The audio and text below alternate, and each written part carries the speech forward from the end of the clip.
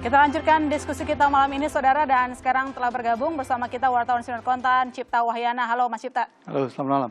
Oke, kita lanjutkan nanti diskusi kita dengan Mas Cipta dari pandangan redaksional. Tapi saya ke Pak Sidarta dulu. Pak, selama ini bagaimana pengawasan dilakukan oleh Bapeti dalam mengawasi pengelolaan wallet gitu? Apalagi kita masih menunggu bursanya. Ya, Bapeti telah melakukan pengawasan ya terhadap pedagang aset kripto. Dalam hal ini terhadap 13 calon pedagang aset kripto tersebut.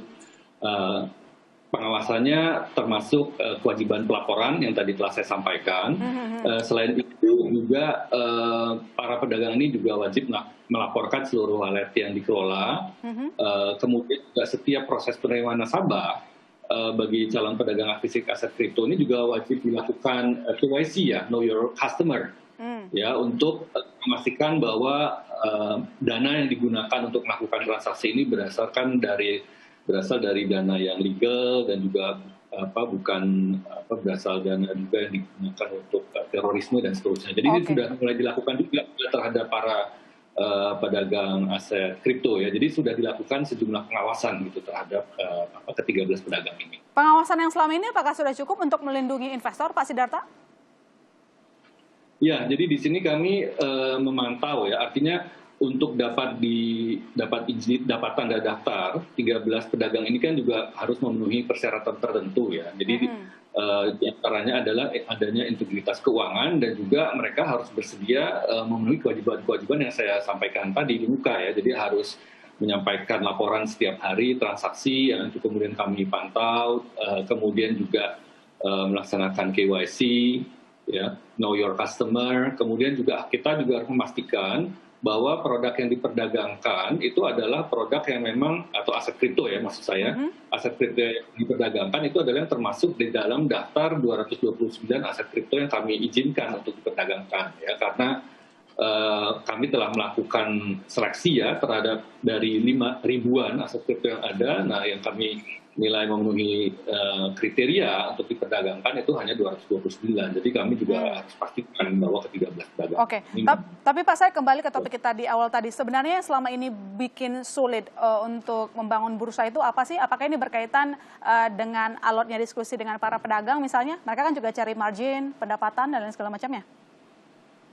Saya kira sih tidak demikian ya. Artinya seperti yang juga disampaikan oleh Pak Oscar, para pedagang sendiri juga mendukung ya dengan adanya regulasi ini karena sebenarnya juga memberikan kepastian hukum kepada para pedagang. Ya, jadi dengan adanya pengaturan ini sudah jelas status pedagang ini, kemudian juga dipastikan tadi ya dengan adanya check and balance dari berbagai lembaga, ini juga diharapkan dapat meningkatkan kepercayaan dari masyarakat untuk melakukan perdagangan di aset kripto. Karena tadi memang yang juga sudah disinggung ya, salah satu risiko dari aset kripto ini adalah bahwa kalau asetnya ini dicuri ya, karena kan asetnya ini tidak bersifat fisik, tapi secara digital. Kan, dan untuk aset yang digital ini bisa aja kemudian dihack kan atau ada bug. Nah, ini yang kemudian juga kami pastikan agar diminimalisir ya risiko tadi asetnya. Demikian juga kalau misalnya ada yang mau membeli aset kripto, maka mereka kan harus menempatkan dananya ke pedagang. Nah, ini juga kami pastikan bahwa dananya ini aman, jangan sampai dananya hilang ya. Jadi sebagai contoh, dana yang ditempatkan oleh nasabah ini sebagian akan yang pertama harus disimpan di dalam rekening terpisah ya dari si pedagang, tidak boleh dicampur, dia harus terpisah. Kemudian juga sebagian dananya ini juga akan disimpan di lembaga clearing gitu ya. Jadi ini beberapa mekanisme yang kami kembangkan untuk memastikan keamanan bertransaksi di aset kripto dengan regulasi dari kami. Baik, Pak Oscar, menyambung yang disampaikan oleh Pak Sidarta. Sebenarnya bagaimana cara dari Indodax menjaga independensi perdagangan, lalu kemudian bagaimana aspek perlindungan konsumen, dan apakah Anda meyakini bahwa para investor ini sudah sangat memahami risiko berinvestasi di aset kripto yang sangat fluktuatif? Ya.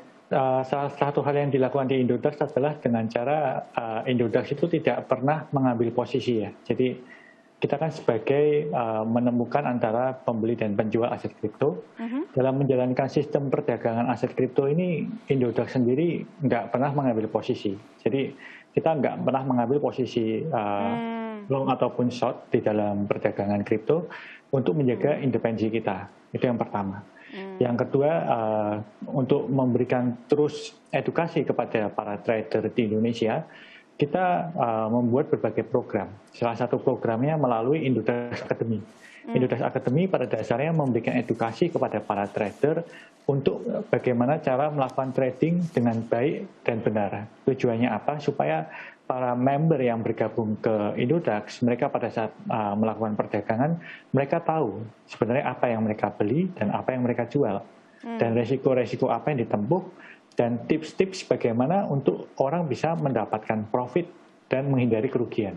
Kalau trennya di Indodax itu seperti apa sih dalam koleksi koin kripto itu sendiri? Karena apakah mereka melihat ini kan misalnya Elon lah katakan ketika dia koleksi Dogecoin dan lain segala macamnya, ini akhirnya diikuti oleh marketnya, FOMO-nya, atau mereka punya penilaian sendiri terhadap kripto? Ini kayak soalnya Mr. Elon ini suka banget kayak ngepom-pom terus tuh. Ya. Jadi kalau kita lihat tren yang ada di Indonesia itu agak berbeda dengan yang ada di internasional. Ya. Oh gitu. Tren di Indonesia itu masih cenderung mereka menyukai perdagangan jangka pendek. Oh. Jadi kalau kita lihat tipe investor atau tipe perdagangan di dunia internasional, banyak orang yang melakukan perdagangan jangka panjang. Jadi mereka membeli kripto kemudian menyimpannya untuk skala tahunan, ya, seperti yang dilakukan CEO-nya Twitter, lain sebagainya. Tapi kalau kita lihat tren perdagangan yang ada di Indonesia, mereka rata-rata bisa melakukan day trading gitu. Jadi mereka bisa beli di pagi hari, menjualnya di sore hari. Atau yang mungkin agak panjang, mereka melakukannya skala mingguan.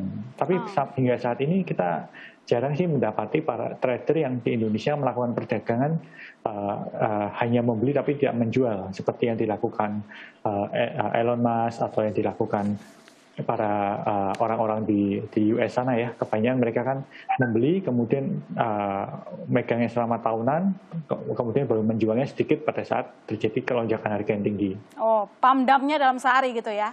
Saya ke Mas Cipta kalau begitu. Mas Cipta, dari yang kita dengarkan bersama dari segmen 1 tadi, apa kira-kira catatan untuk para regulator, kemudian juga pedagang dan juga investor soal aset kripto? Ya, saya ke mungkin investor dulu ya, yang paling penting. Tadi kita ada dengar cerita dari Mas Giri, dan juga kita tahu karakter Bitcoin atau kripto yang bisa fluktuatif. Jadi kesimpulan yang pertama adalah sebenarnya gini, Bitcoin memang menarik, tapi Bitcoin tidak cocok untuk semua orang, begitu ya. Jadi mungkin untuk orang-orang yang muda, yang masih bisa jantungnya kuat, oke lah bisa masuk. Tapi kalau sudah cukup berumur, apalagi misalnya jangan mencoba-coba misalnya pakai duit pensiun dan sebagainya untuk masuk sini, karena itu sangat berisiko ya. Itu yang pertama. Yang kedua, mungkin singkatnya adalah sayangi uang Anda. Sayangi uang Anda itu maksudnya kalau mau masuk dengan ada risiko seperti itu, masuknya dengan duit, ada istilah misalnya uang dingin, atau uang yang tidak terpakai. Atau kedua, bahkan free money. Free money itu artinya misalnya dari keuntungan dari jual tanah, jual saham, keuntungannya dimasukin. Jadi dalam konteks portofolio mungkin fungsinya menjadi booster ya. Lalu sayangi uang Anda itu juga berarti, ya kalau masuk mungkin nggak harus langsung banyak. Satu kaki dulu istilahnya, jangan masuk 2 kaki langsung tenggelam nanti. Lalu yang lain ya sebenarnya harus mengerjakan risetnya seperti Mas Giri tadi sampaikan, istilahnya tuh seperti hanya di saham ya, rumus read, research, dan invest itu harus dilakukan. Dengan begitu tahu apa yang Anda beli, bagaimana naik turunnya, kapan beli, kapan jual, itu menjadi tahu. Jadi tidak hanya sekedar ikut-ikutan, karena pada akhirnya kalau rugi Anda yang nanggung, kalau untung Anda yang nerima. Jadi bukan orang-orang yang mempengaruhi Anda yang akan menerima keuntungan atau menikmati kerugian. Yang kedua, untuk para pedagang ya, sebenarnya pesannya atau catatan kita adalah, ya memang ini lagi booming, tapi jangan terlalu asik hanya mengurus onboarding atau rekrut saja, tapi edukasi itu juga penting. Kalau kita lihat misalnya dalam iklan-iklan, mungkin porsi peringatan risiko itu masih sangat kecil. Saya lihat ada di bintang gitu kecil. Nah, mungkin harus semakin diingatkan lagi supaya orang juga aware, dan pada akhirnya nanti pedagang tidak disalahkan gitu ya. Yang terakhir juga bersama dengan pemain lain harus terus-menerus dengan pedagang lain meningkatkan standar supaya best practice ini tercipta gitu. Lalu yang terakhir untuk regulator, Bapak Peti, konteks regulator ada 2 sebenarnya. Satu, mencegah kriminalitas. Dalam hari ini kita tahu bahwa harus ada pengawasan supaya menghindari pencucian uang, lalu untuk penyalahgunaan dana terorisme, lalu juga mungkin penipuan, misalnya mengambil, karena ini ada praktek pengumpulan dana ya, itu satu. Yang kedua sebenarnya aspeknya adalah aspek perlindungan dari investor. Kenapa? Karena mengatur itu kan bisa berarti mengatur siapa yang boleh berdagang, bagaimana cara berdagangnya. Lalu yang kedua ada aspek juga penegakan. Jadi harus jelas, kalau memang ada yang melanggar ya harus diberi sanksi. Jadi law enforcement-nya harus jelas gitu. Yang ketiga, dalam hal terkait dengan pengaturan juga ada sisi edukasi. Jadi Bapepti menurut saya juga harus aktif turut dalam program-program atau bahkan memimpin ya edukasi kepada masyarakat tentang plus tapi juga minusnya atau risikonya cryptocurrency ini. Oke, baik. Terima kasih Mas Cipta. Saya minta respon dari pedagang dan juga Pak Sidarta, singkat saja. Anda meresponnya bagaimana? Pak Sidarta dulu. Oke. Ya, jadi benar apa yang tadi disampaikan ya, bahwa untuk berinvestasi di aset kripto, Anda harus pelajari dulu ya, apa itu aset kripto dan juga risiko yang terkait dengan aset kripto. Dan bahwa dalam investasi di aset kripto, pastikan menggunakan dana yang lebih ya, jadi dana yang tidak digunakan untuk keperluan sehari-hari. Yang juga penting adalah Anda harus melakukan diversifikasi. Jangan tempatkan uang Anda semuanya di aset kripto. Harus melakukan diversifikasi, ada di investasi yang lain, apakah di surat berharga, ataupun di properti, dan yang lain-lainnya. Yang berikutnya, ya, investasinya harus cerdas ya. Jadi artinya pastikan, sekali lagi pastikan hanya membeli dari pedagang yang legal, yang sudah memperoleh izin dari Bapepti, dan kemudian pastikan hanya melakukan perdagangan di aset kripto yang sudah termasuk dalam daftar di Bapepti. Oke. Jadi itu yang saya tekan. Tapi Pak, ini para pedagang kripto masih disebut calon. Nah itu sebenarnya maksudnya apa sih Pak? Ya, jadi memang saat ini yang 13 pedagang ini masuk, kami sebut masih sebagai calon, dan untuk dapat memperoleh calon dan juga dapat tanda daftar ini juga sudah ada kriterianya.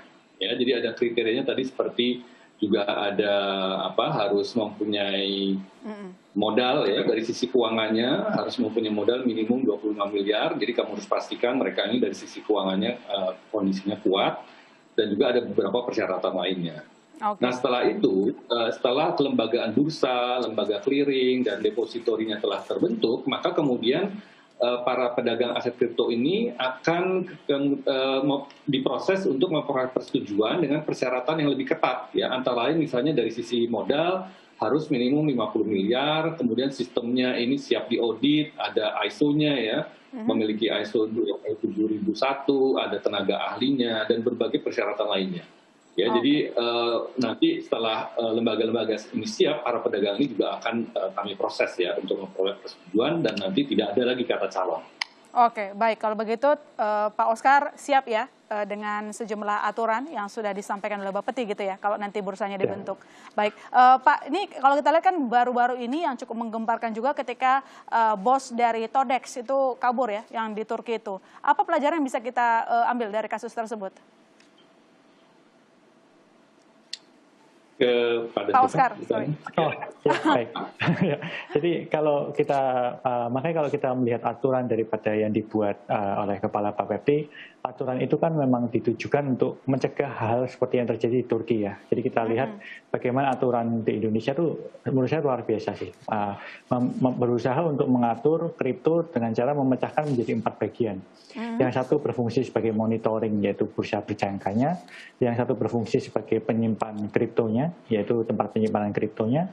Yang satu berfungsi untuk menyimpan rupiahnya, ya, clearingnya, ya. Yang kemudian yang keempat adalah yang berfungsi untuk tujuan marketingnya, yaitu pedagang kripto asetnya.